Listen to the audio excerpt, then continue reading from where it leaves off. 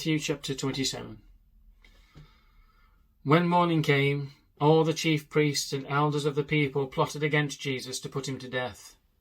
And when they had bound him, they led him away and delivered him to Pontius Pilate, the governor.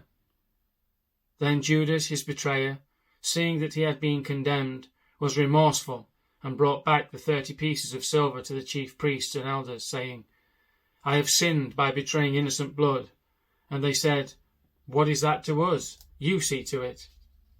Then he threw down the pieces of silver in the temple and departed, and went out and hanged himself. But the chief priests took the silver pieces and said, It is not lawful to put them into the treasury, because they are the price of blood. And they consulted together, and bought with them the potter's field to bury strangers in.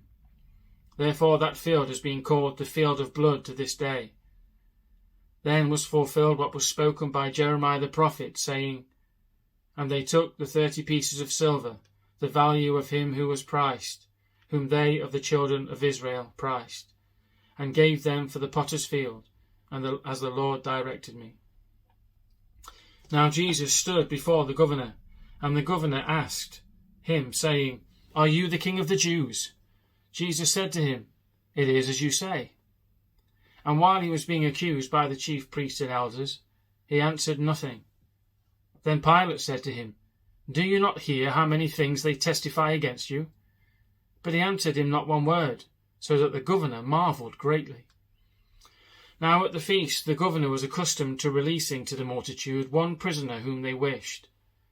And at that time they had a notorious prisoner called Barabbas. Therefore, when they had gathered together, Pilate said to them, Whom do you want me to release to you, Barabbas or Jesus, who is called Christ?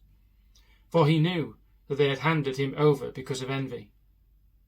While he was sitting on the judgment seat, his wife sent to him, saying, Have nothing to do with that just man, for I have suffered many things today in a dream because of him. But the chief priests and elders persuaded the multitudes that they should ask for Barabbas and destroy Jesus. The governor answered and said to them, Which of the two do you want me to release to you? They said, Barabbas. Pilate said to him, Then what shall I do with Jesus, who is called Christ? They all said to him, Let him be crucified. Then the governor said, Why? What evil has he done? But they cried out all the more, saying, Let him be crucified. When Pilate saw that he could not prevail at all, but rather that a tumult was rising, he took water and washed his hands before the multitude, saying, I am innocent of the blood of this just person. You see to it.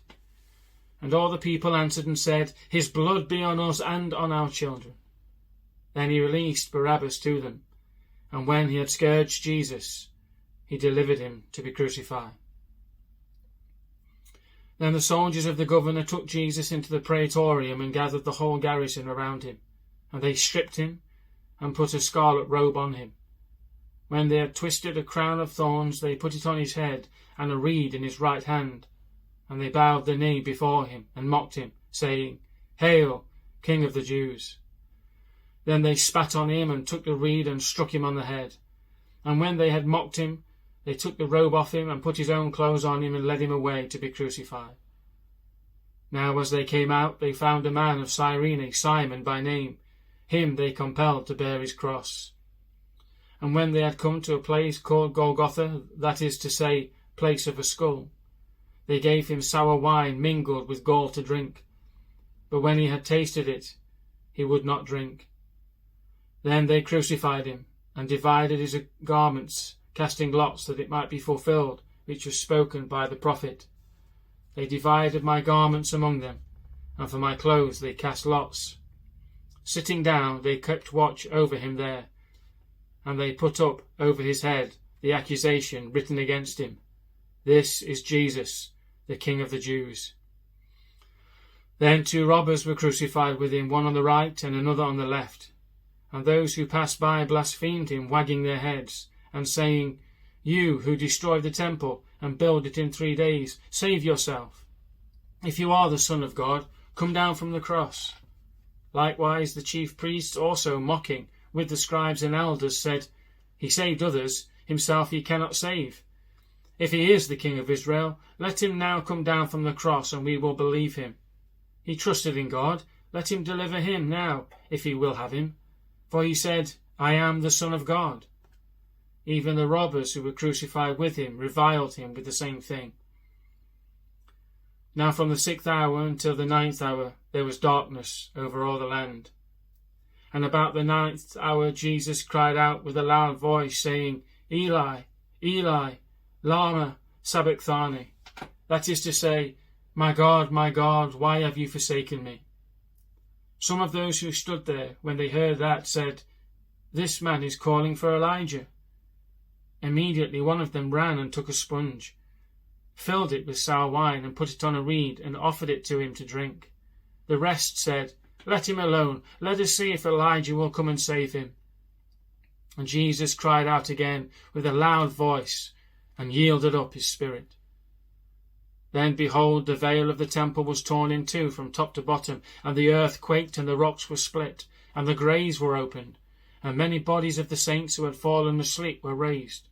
And coming out of the graves after his resurrection, they went into the holy city and appeared to many. So when the centurion and those with him who were guarding Jesus saw the earthquake and the things that had happened, they feared greatly, saying, Truly, this was the Son of God. And many women who followed Jesus from Galilee, ministering to him, were there looking on from afar, among whom were Mary Magdalene, Mary, the mother of James and Joseph, and the mother of Zebedee's sons. Now, when evening had come, there came a rich man from Arimathea, named Joseph, who himself had also become a disciple of Jesus. This man went to Pilate and asked for the body of Jesus. Then Pilate commanded the body be given to him. When Joseph had taken the body, he wrapped it in a clean linen cloth, and laid it in his new tomb, which he had hewn out of the rock. And he rolled a large stone against the door of the tomb, and departed. And Mary Magdalene was there, and the other Mary sitting opposite the tomb. On the next day, which followed the day of preparation, the chief priests and Pharisees gathered together to Pilate, saying, Sir, we remember, while he was still alive, how that deceiver said, After 3 days I will arise. Therefore command that the tomb be made secure until the 3rd day, lest his disciples come by night and steal him away, and say to the people, He has risen from the dead. So the last deception will be worse than the first. Pilate said to him, You have a guard, go your way, make it as secure as you know how. So they went and made the tomb secure, sealing the stone and setting the guard.